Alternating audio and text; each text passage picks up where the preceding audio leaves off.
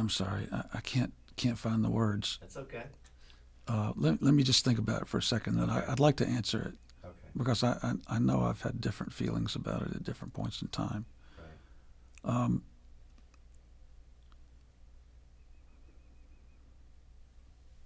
Ah, okay.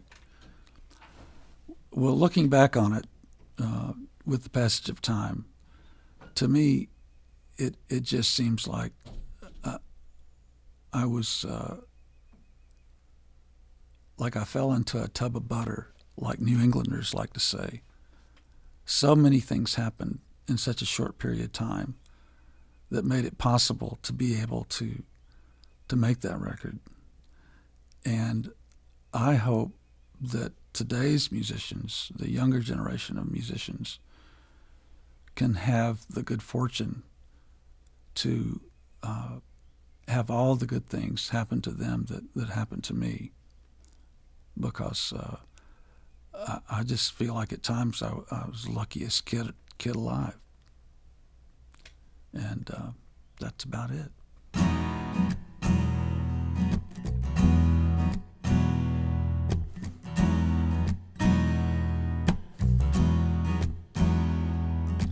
Muskrat, muskrat, candlelight, doing the town in and doing it right in the middle of the evening.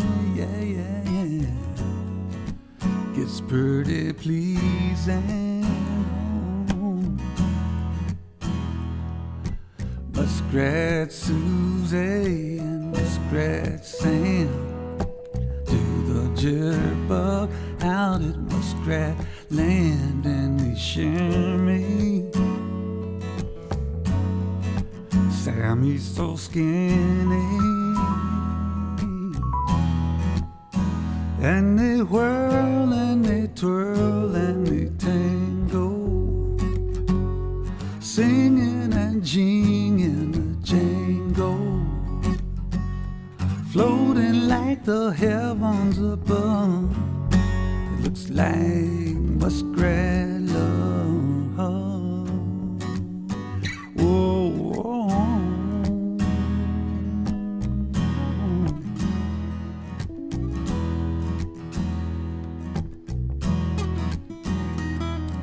Nibbling on bacon, chewing on cheese. Sammy says, Susie, honey, baby, would you please be my Mrs.? She said, yes, with a kiss. So he's tickling her fancy, rubbing her toes, muzzle to muzzle, and anything goes as they wiggle. Lucy starts to giggle, and they whirl and they twirl and they tango, singing and jinging a jango, floating like the heavens above. It looks like muskrat love. Oh, oh,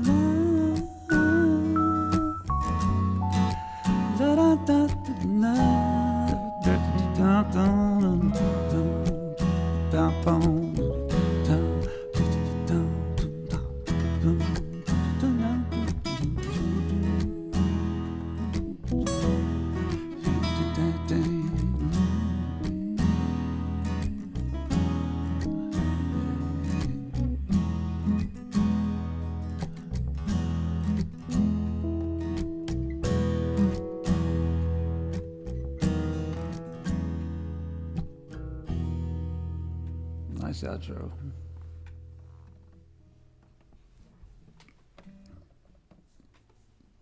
Very cool. You think we got it? One or the other? Okay. Yeah, that outro on that one was so cool. Yeah, the outro was cool. I had a friend who was a songwriter by the time he was in 8th grade, and he was pretty good. And he and I had a duo where we would play certain junior high and then later high school events. And his name was Bryce Beard. And after Bryce would play a song, the girls would just really almost swoon. And then I'd play some song by somebody else, and of course didn't get the same effect. And then Bryce would go, well, and here's another one I wrote. And I went, well, I got to get Bryce to teach me how to do that. And so that's after I got the knack of it. First of all, he said you have to really write a few bad ones and reconcile yourself to the fact that that's going to happen. Because if you try and write a great song right off the bat, you're not going to be able to do it. So anyway, I started writing pretty good songs by the time I was about 18, and then 19 got better. And I always tell people that after I turned 19, I never worked another day in my life because I was a songwriter by that point, and it's always been fun, not work. 1, 2, 3.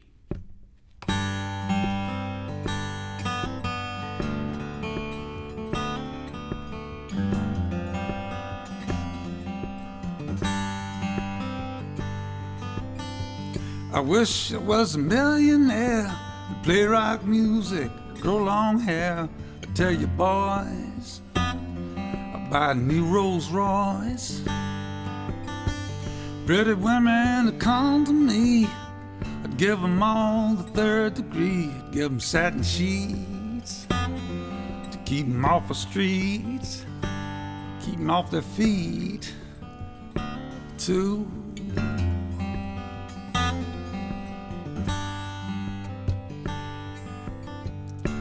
Hallelujah, let me sock it to ya. Praise the Lord and pass the mescaline. Great Jehovah, well, you come over soon as you see me boogie woogie across the silver screen.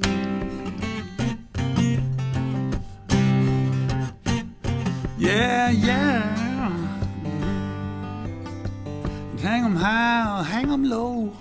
I'd put 'em in the ceilings wherever I'd go. They'd swing all night from a raft of lights,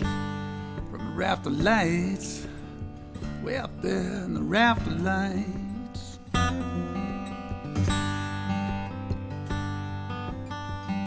Hallelujah.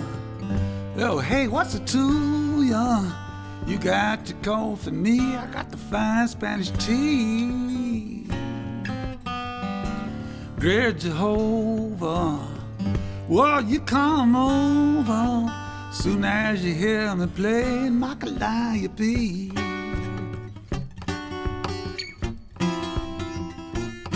Baby, hey.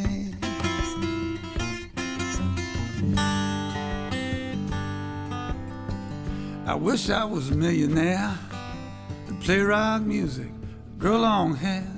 Tell you boys, I'd buy new, yes, I'd buy a new Rolls Royce, Rolls Royce.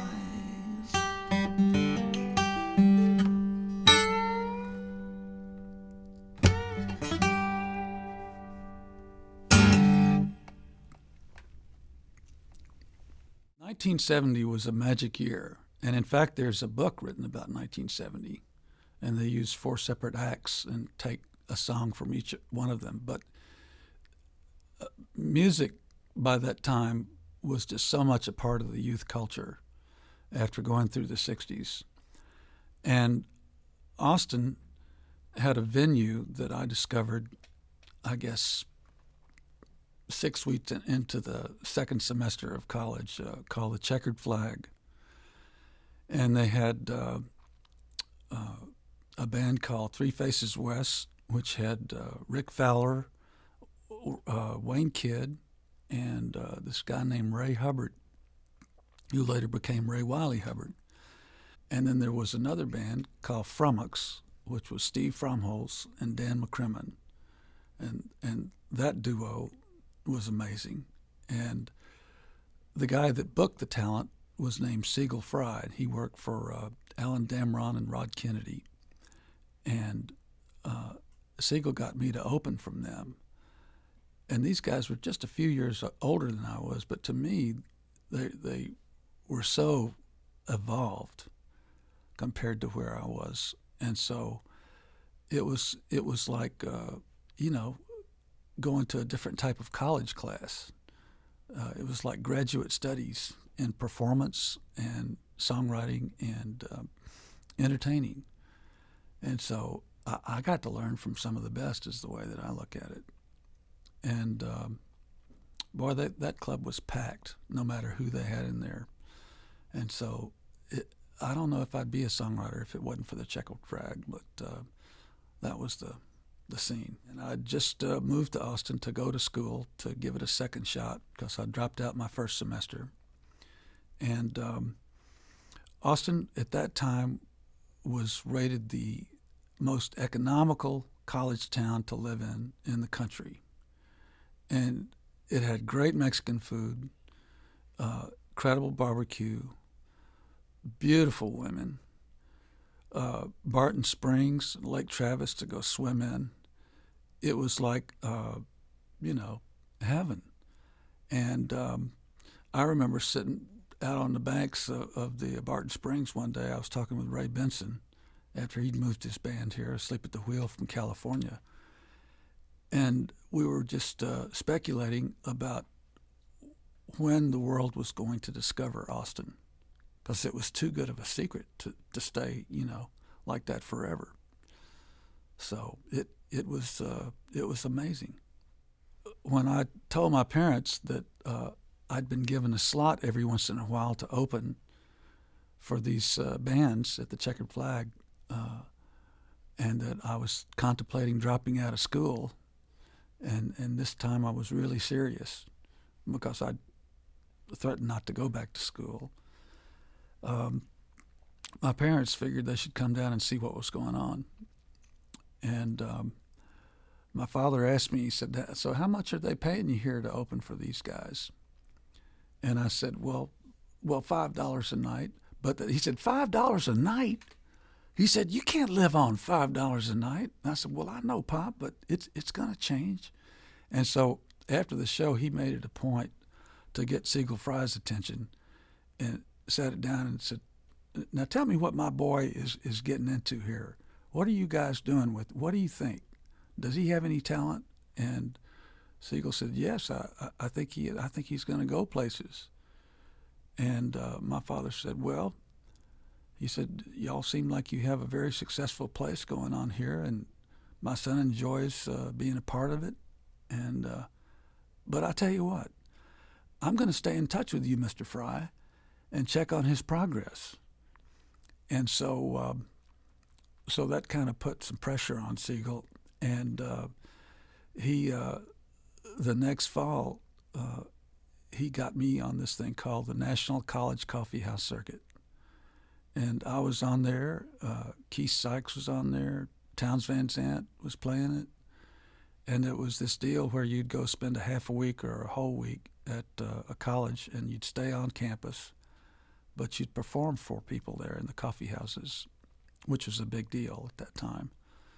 And so that's where I kind of honed my chops, was, in between California to New York, being on the circuit and playing for kids my own age, but writing in my spare time, and it was amazing. 1, 2, 3.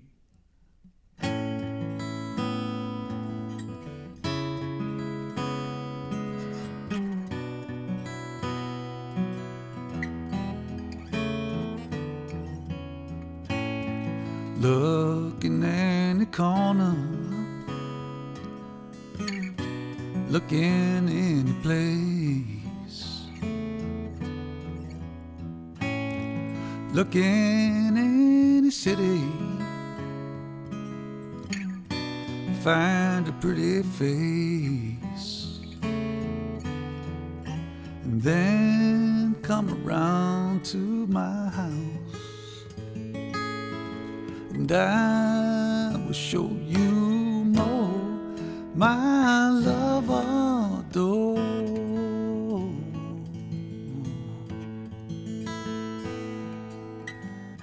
She is one from the mountains, she is one from the plains, she is one with the woodlands, she's at home on the range all day long. And all these things of beauty that left a kiss on her, I'll tell you, sir.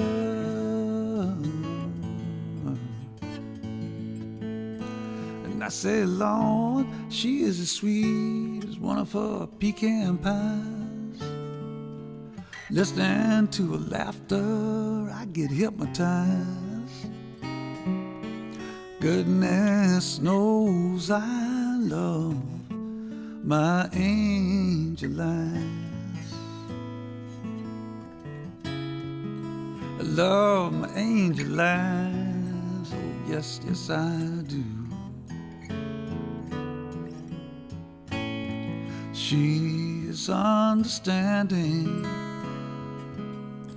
patient with my dreams. She is not demanding, she does not stomp and scream, except sometimes, just a little bit then. But you know, each night as I love her,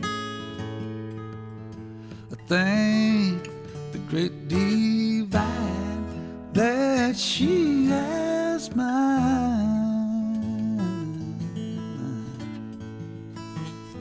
And I say, Lord, she is as sweet as one of her pecan pies. She says pecan pies. Listening to her laughter, I get hypnotized. Goodness knows I love my angel eyes. Yes, yes I do.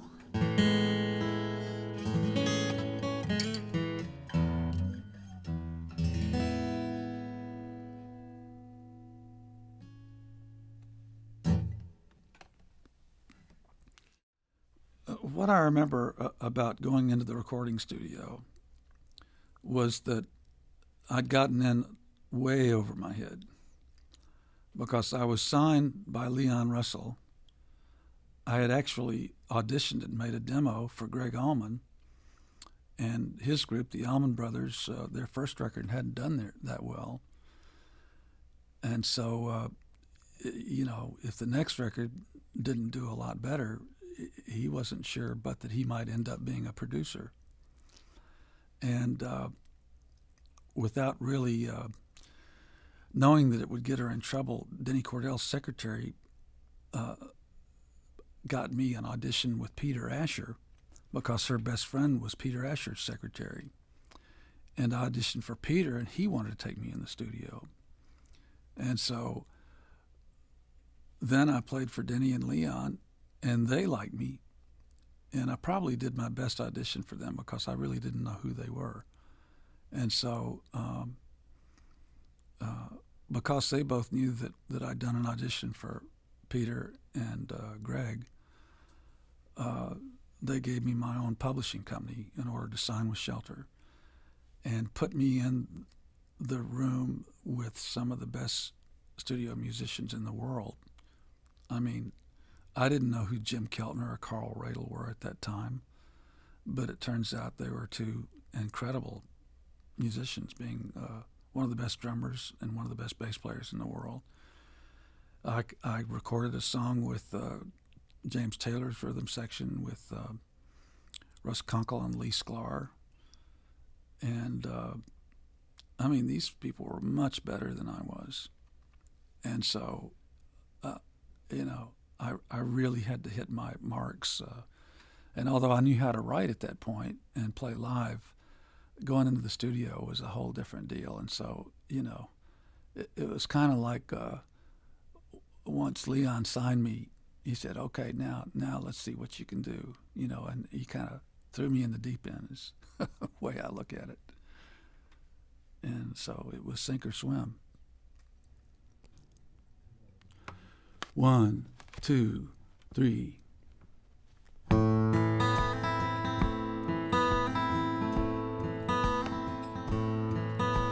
Spider John is my name, friends.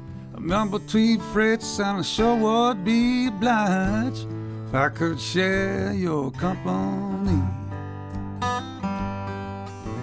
I'm on my way to nowhere. I've been running from my past, running from the things I used to be.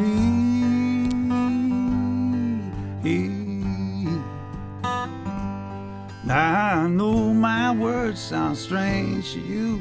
If you wait till my song is sung and my story is told, you might come to understand why I'm old and bent and double spent and running out of time. When not long ago I held a raw flush in my hand. Oh, I was a supermarket fool. I was a motorbike stool pigeon, robbing my hometown. I thought I had lost my blues. Yes, I thought I paid my dues. But I thought I'd found a life to suit my style. And there was Spider John the robber man, long, tall, and handsome. Yes, there was Spider John with a loaded hand, taking ransom.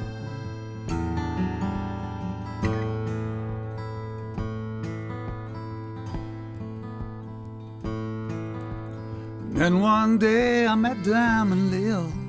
She was the sweetest thing out of class, a summer wind ever blown my way. Lil, she had no idea my illustrious occupation. She thought I was a saint, not a sinner gone astray.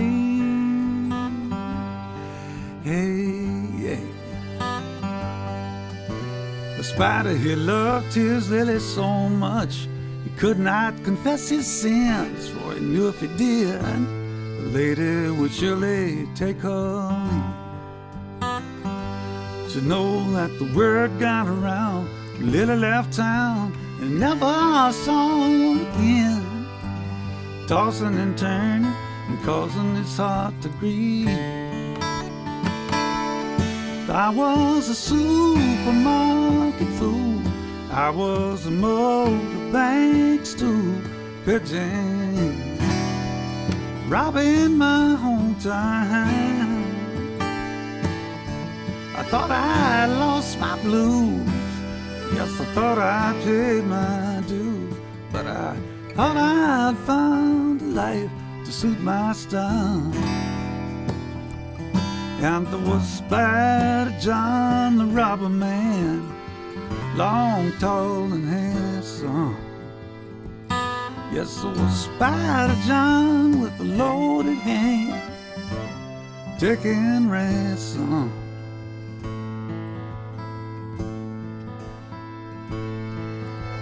And that is all my story. It's been these 30 years since I took to the road to find my precious jewel one. Now if you see my Lily, won't you give her my regards? tell old spider got tangled in the black well that he spun. You can tell old spider got tangled in the black well that he spun. Whoa.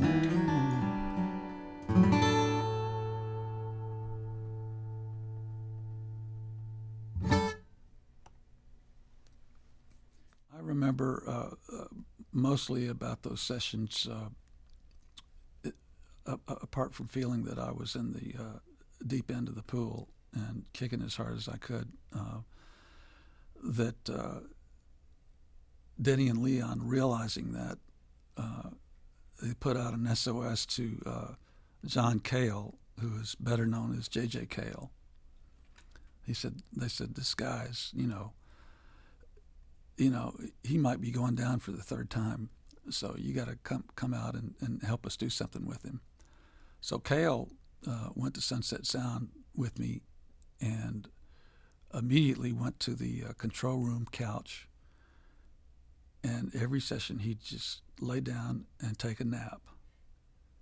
And I'd come in and wake him up after about the third or fourth take and go, what'd I do? Hey, what should we do? You want to listen to that? What'd you think of that take? And he'd go, no, it's fine, man. Just go on back, do another song. That was great. That was really good.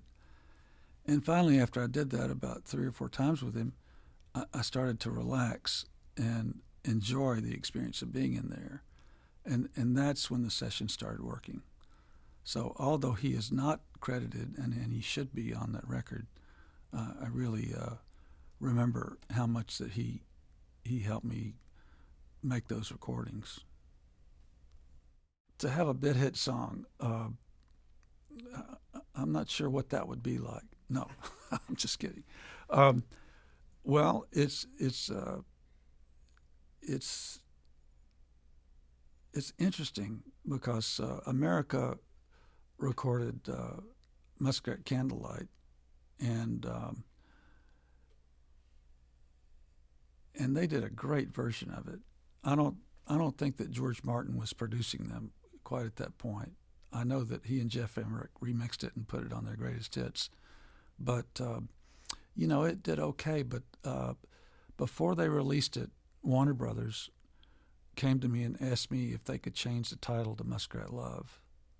And as much as I loved their version of it, I was really reluctant to change the title. But I did, and it went up the charts to some extent. But then friends of theirs, Captain and Tennille, recorded it and did another version. And I like Tony Tennille's vocals on it, but they also recorded it with the synthesizers because Daryl Dragon, her boyfriend, was a keyboard wizard. He played keys for the Beach Boys and a lot of groups and studio sessions and things. And they put some little Muskrat synthesizer sounds on there, and it was cute, but but it sold a lot of records. And I always, when people ask me about what it was like to have, be the writer of Muskrat Love, I remember Jackson Browne at the Austin City Limits Hall of Fame show with John Colvin and Lyle and Buddy Guy. We were catching up on old times, and all of a sudden he remembered that I wrote Muskrat Love, and he went, "Oh, you wrote Muskrat Love? That's right." And so there's that sort of reaction. But so I have mixed feelings about that song, but it's kind of like the prodigal son that went out to Hollywood and sent home checks in the mail every once in a while. That's what it's like. To have your songs recorded by other artists like Jimmy Buffett or Sean Colvin or any of the people that recorded them is just incredibly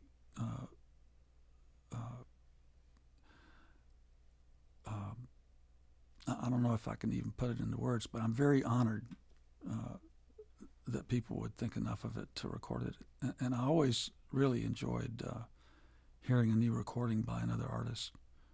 And so it's humbling. if I need to put it in one word.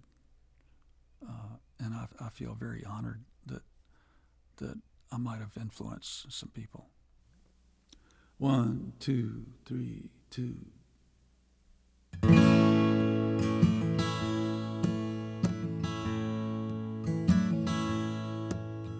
Searching for the sunlight on this winter's day. Here in old Missoula, they throw the sun away.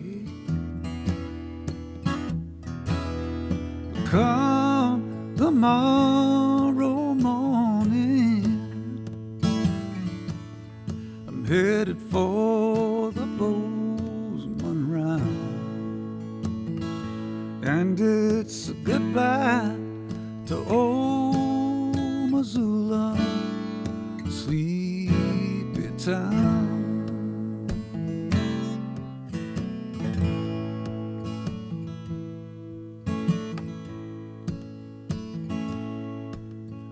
I met a girl named Rosie, sweet as she could be, but I guess that Rosie, she didn't have eyes for me. But time, it waits for no one. Lord, why did I hesitate? And it's goodbye to old Missoula, a day too late.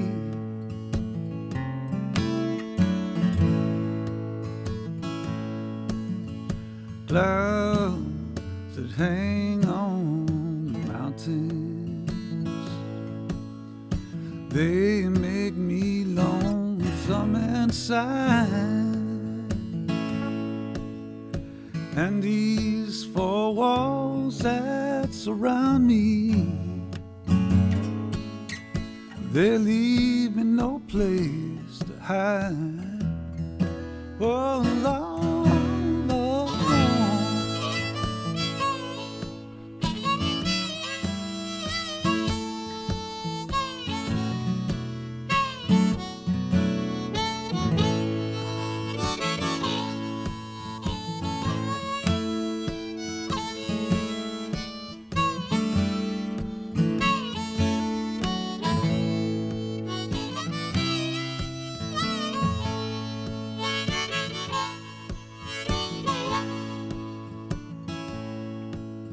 well, goodbye, Rosie, you'll never know. Time says my love will pass, but if I can just remember your sweet smiling face, that's all the time that I ask. The showing this time is over, or maybe it just never began. And it's a goodbye to old Missoula, I've done all that I can.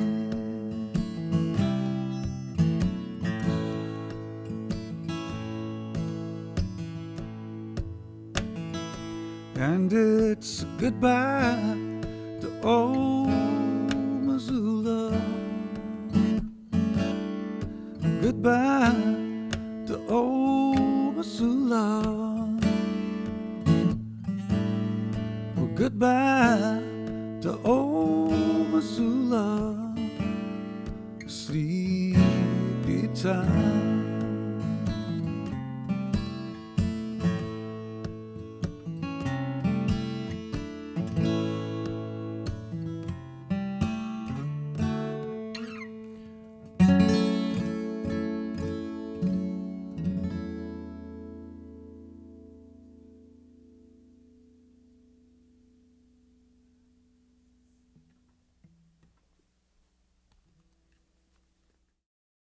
Well, I think every artist is trying to chase having a perfect recording, but I think they all do so. At least the good ones do so, knowing that there's no such thing as perfection. But it's an inspiration to try and make you do better or do as good as you possibly can at that particular moment in time. And so I think it's a good idea to go for it and chase perfection, knowing that you're never going to achieve it.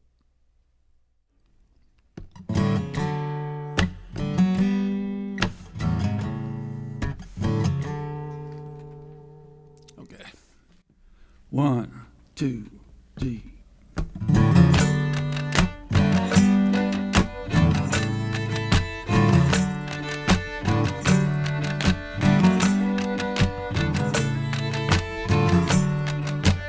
South of Oklahoma, east of New Mexico, west of Louisiana, where all the Cajuns go. Got a little place called Texas, where the women grow on trees. Back there for the picking, just as easy as you please. You better run, take hold. Gonna get young before you get old. Them Texas women is Texas gold. Kisses that are sweeter than cactus. Why no?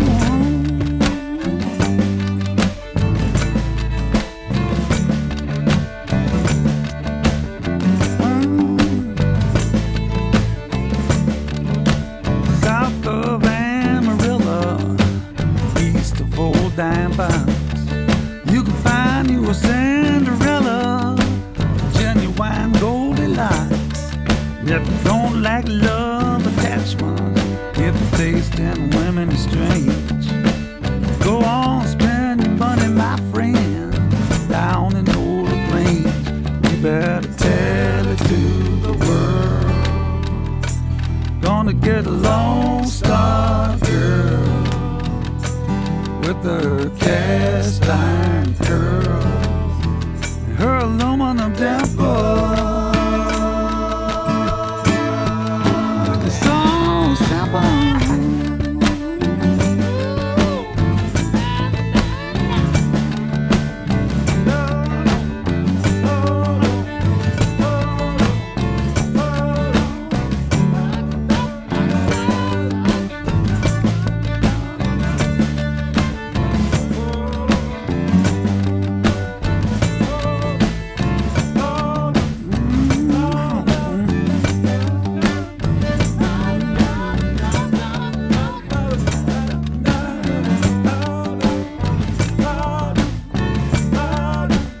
North of Waxahachie, east of Old Cowtown, them Dallas women standing up, leave the others lying down. God bless the Trinity River, any man who was unaware of Northeast Texas women with the cotton candy hair. You better run, take hold. Gonna get young before you get old. Them Texas women is Texas gold. Kisses that are sweeter than cactus. Well, no.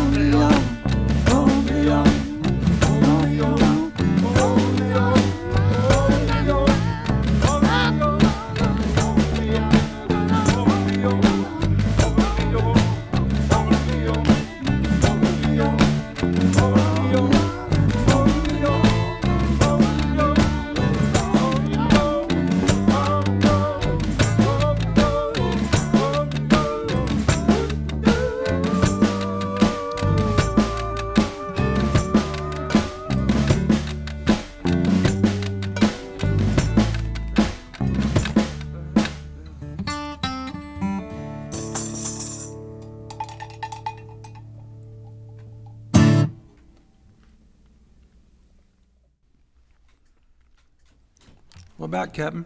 Perfect. Was it good? Perfect.